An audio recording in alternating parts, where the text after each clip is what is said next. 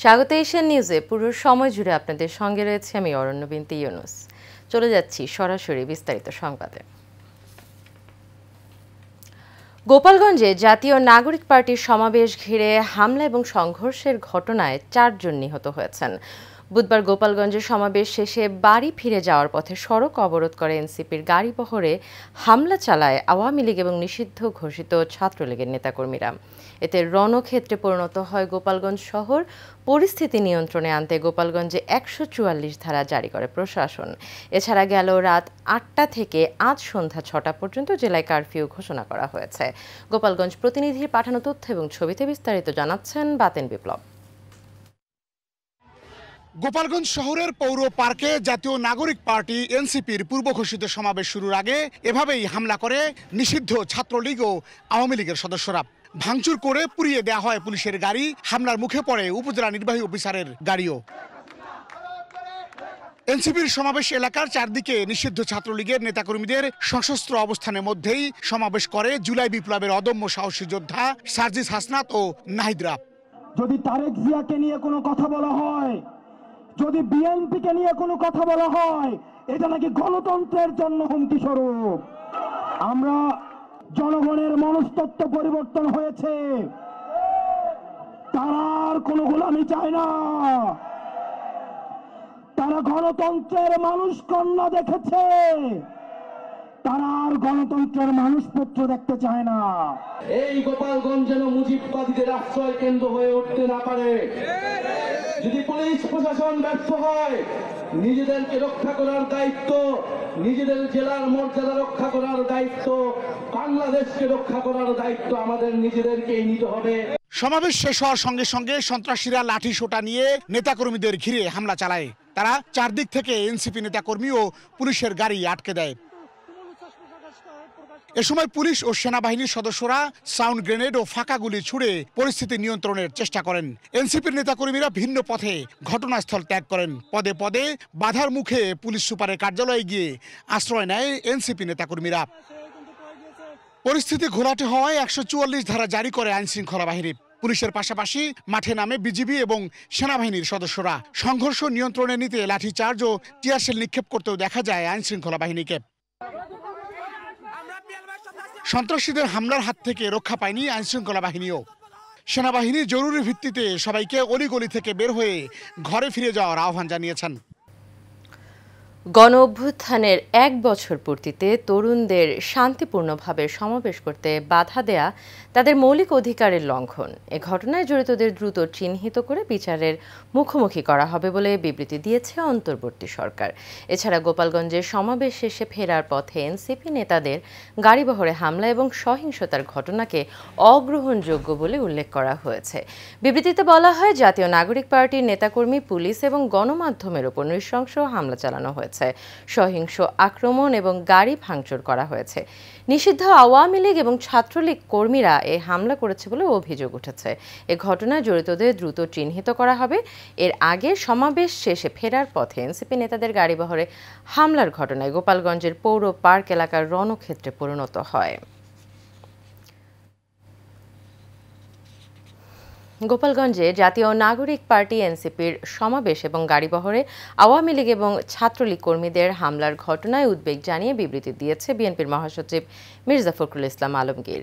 বুধবার বিকেলে সংবাদ মাধ্যমে এই বিবৃতি পাঠানো হয়। এতে বিএনপি মহাসচিব বলেন, ছাত্র জনতার আন্দোলনে আওয়ামী স্বৈরাচারী শাসক গোষ্ঠীর পতনের পর দুষ্কৃতিকারীরা আবারও দেশে অস্থিতিশীল পরিস্থিতি সৃষ্টিসহ নৈরাজ্যের মাধ্যমে ফায়দা হাসিলের অপতৎপরতায় লিপ্ত। আইনশৃঙ্খলা পরিস্থিতির চরম অবনতির কারণে আওয়ামী দোসররা মরণ কামড় দিয়ে অন্তর্বর্তী সরকারকে বেকায়দায় ফেলে ফায়দা লুটতে দেশে অরাজকতা সৃষ্টির জন্য এখন মাথাচাড়া দিয়ে উঠেছে বলেও অভিযোগ করেন মির্জা ফখরুল।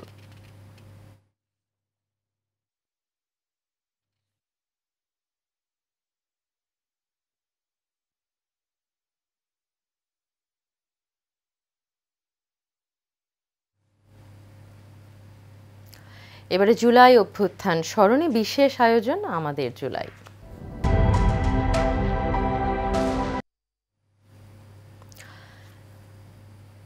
গণ অভ্যুত্থানের স্মৃতিকে স্মরণ করে বুধবার পালিত হয়েছে জুলাই শহীদ দিবস। রাষ্ট্রীয়ভাবে সারা দেশে শোক পালন করা হয়। এ উপলক্ষে বুধবার সারাদিন দেশের শিক্ষা প্রতিষ্ঠান সহ সব সরকারি, আধা সরকারি এবং স্বায়ত্তশাসিত প্রতিষ্ঠান এবং বিদেশে বাংলাদেশ মিশনগুলোতে জাতীয় পতাকা অর্ধনমিত ছিল। একই সঙ্গে শহীদের রুহের মাগফিরাত কামনা করে দেশের সব মসজিদে বিশেষ দোয়া অনুষ্ঠিত হয়। এছাড়া অন্যান্য ধর্মীয় প্রতিষ্ঠানে তাদের বিশেষ প্রার্থনার আয়োজন করা হয়।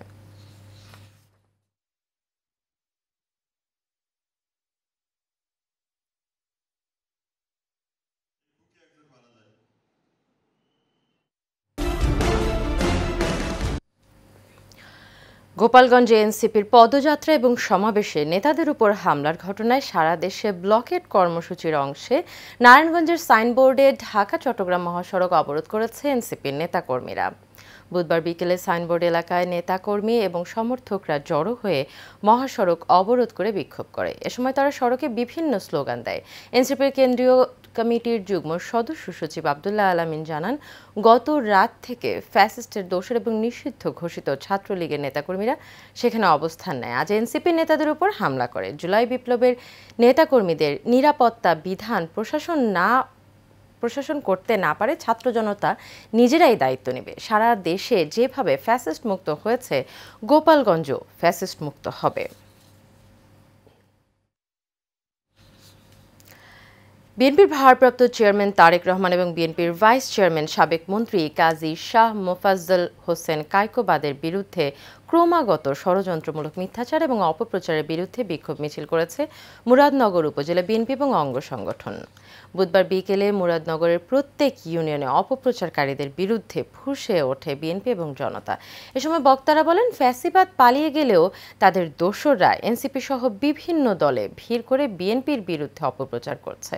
মুরাদনগরের প্রশাসনের সহযোগিতায় আওয়ামী লীগ নেতাদের সাথে নিয়ে এনসিপি মব তৈরির চেষ্টা করছে। বহুদলীয় গণতন্ত্রের প্রবক্তা শহীদ প্রেসিডেন্ট জিয়াউর রহমান এবং জনপ্রিয় নেতা এবং তারুণ্যের অহংকার বাংলাদেশ জাতীয়তাবাদী ছাত্র দলের ভারপ্রাপ্ত চেয়ারম্যান তারেক রহমান এবং বিএনপির ভাইস চেয়ারম্যান মুরাদনগরের মাটি এবং মানুষের হৃদয়ের স্পন্দন জনপ্রিয় জননেতা কাজী শাহ মোফাজ্জল হোসেন কায়কোবাদ সহ বিএনপির বিরুদ্ধে অপপ্রচার করছে একটি মহল।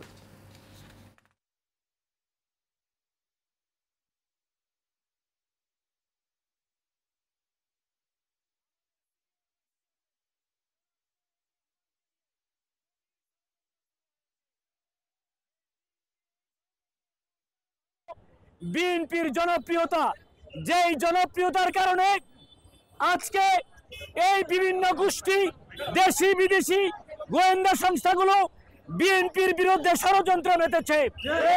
পরিষ্কার ভাষায় বলতে চাই, তারেক রহমানের বিরুদ্ধে আর যদি কোনো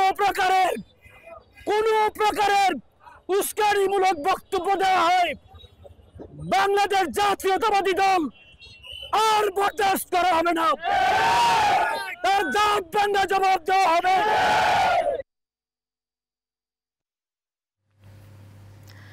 বিএনপির ভারপ্রাপ্ত চেয়ারম্যান তারেক রহমান এবং বিএনপির বিরুদ্ধে ধারাবাহিক ষড়যন্ত্র অপপ্রচারের প্রতিবাদে বিক্ষোভ মিছিল এবং সমাবেশ করেছে ঝালকাঠির নলছিটি উপজেলার বিএনপি এবং অঙ্গ সংগঠনের নেতাকর্মীরা। ঝালকাঠি জেলার নলছিটি উপজেলার মোল্লারহাটে বিএনপির বিরুদ্ধে সকল চক্রান্ত মোকাবেলা করতে লিফলেট বিতরণ, বিক্ষোভ মিছিল এবং আলোচনা সভা অনুষ্ঠিত হয়েছে। অনুষ্ঠানে সভাপতিত্ব করেন মোল্লারহাট ইউনিয়ন বিএনপির সভাপতি আব্দুল সালাম, সাধারণ সম্পাদক রাজ্জাক শিকদার, যুবদল নেতা জি.কে. সোহাগ সহ যুবদল, স্বেচ্ছাসেবক দল, ছাত্রদল, কৃষক দল, শ্রমিক দলের নেতাকর্মীরা উপস্থিত ছিলেন। এ সময় নেতাকর্মীরা বলেন, বিএনপির বিরুদ্ধে সকল চক্রান্ত মোকাবেলা করতে সকল নেতাকর্মীরা ঐক্যবদ্ধ হয়ে রাজপথে আছেন এবং থাকবেন।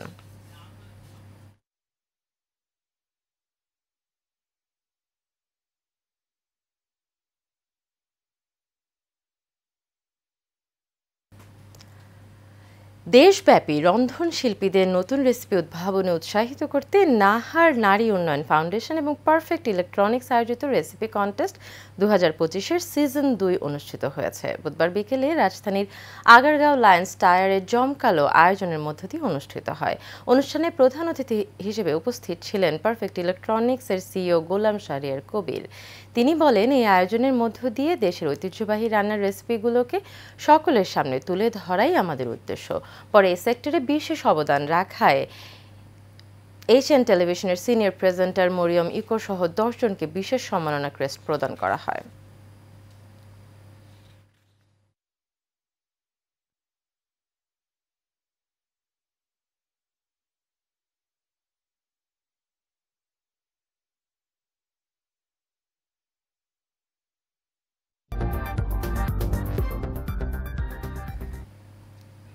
এবারে চট্টগ্রাম সংবাদ। দেশের সন্ত্রাসী সংগঠন প্রকাশ্যে মব তৈরি করে বিএনপির বিরুদ্ধে অপপ্রচারে লিপ্ত হয়েছে বলে মন্তব্য করেছেন কেন্দ্রীয় স্বেচ্ছাসেবক দলের সহ সাংগঠনিক সম্পাদক তৌহিদুল ইসলাম টিটু। চট্টগ্রামের দক্ষিণ জেলা স্বেচ্ছাসেবক দলের বিক্ষোভ মিছিলে প্রধান অতিথির বক্তব্যে মন্তব্য করেন তিনি।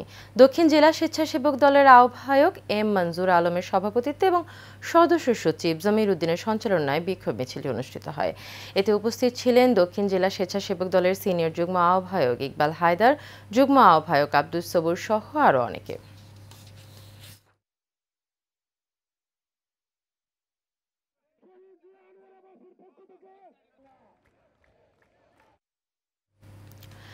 চট্টগ্রামে জুলাই শহীদ দিবস 2025 উপলক্ষে চট্টগ্রাম বিআরটিএ নগরীর জিসি মোড়ের সড়ক নিরাপত্তা সংক্রান্ত একটি বিশেষ ক্যাম্পেইন হয়েছে। ক্যাম্পেইনে নিরাপত্তা সম্বলিত বিভিন্ন ধরনের লিফলেট এবং নানান ধরনের প্ল্যাকার্ড প্রদর্শনী ও মাইকিংয়ের মাধ্যমে সড়ক নিরাপত্তা সম্পর্কে সর্বসাধারণকে সচেতন করার পাশাপাশি জুলাই অভ্যুত্থানের বীর শহীদ এবং আহতদের জন্য দোয়া করা হয়।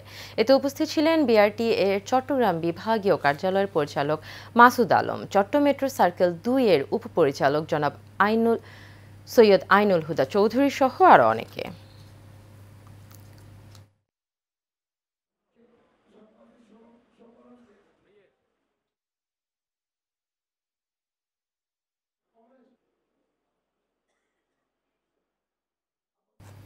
এশিয়ান নিউজ এই পর্যন্তই। পরবর্তী সংবাদ দেখার আমন্ত্রণ রইল। এতক্ষণ সাথে থাকার জন্য সবাইকে ধন্যবাদ।